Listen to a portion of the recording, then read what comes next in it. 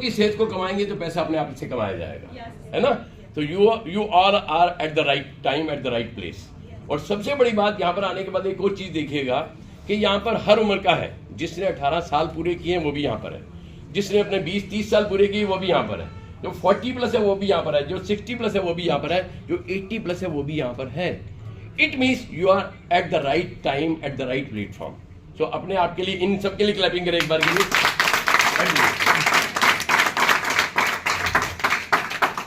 मकसद क्या था कि हमें पता ही नहीं होता व्हाई आई एम हियर, मैं आया क्यों हूं। अगर मुझे अपने आने का मकसद क्लियर हो जाए तो सब कुछ क्लियर हो जाएगा, है ना।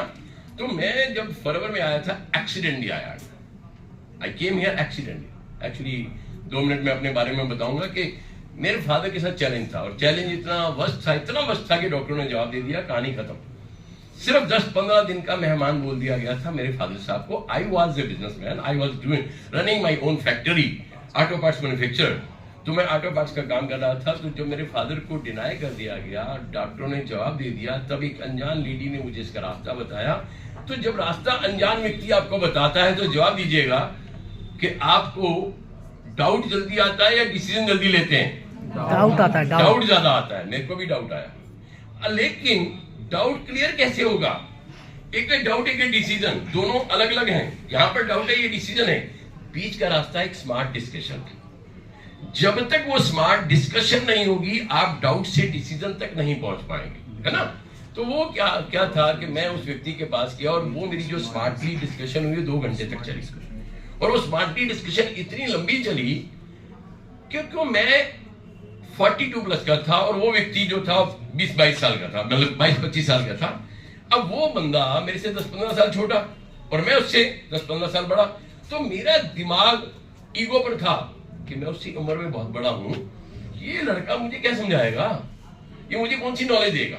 इतने क्वेश्चन किए मैंने, इतने क्वेश्चन किए कि डॉक्टरों ने जवाब दे दिया, कहानी खत्म सी हो गई है, 16 गोलियां रोज खानी पड़ती हैं, वर्स्ट कंडीशन है, बेड पर आ चुके हैं, करवट नहीं ले सकते हैं, मोशन नहीं आता, यूरिन पास करते हैं तो पता नहीं लगता। सारी कहानी करते करते एंड पॉइंट पर पहुंच गया। उसने कहा ऑल दीज आर न्यूट्रिशन। अब मैंने कहा न्यूट्रिशन क्या होता है? मेरे फादर बीमार है, मैं आपके लिए कुछ दवाई के लिए आया हूं, आप मुझे न्यूट्रिशन की भाषा समझा रहे हैं, मुझे समझ नहीं थी। उसने कहा कि बॉडी की रिक्वायरमेंट क्या होती है? न्यूट्रिशन। उसने कहा कि lack of nutrition is a cause of disease. दवाई की कमी से बीमारी थोड़ी होती है, किसी न किसी पोषक तत्व की कमी से होती है।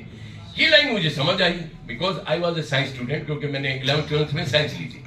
तो मुझे समझ आई कि यार ये बात तो ठीक है।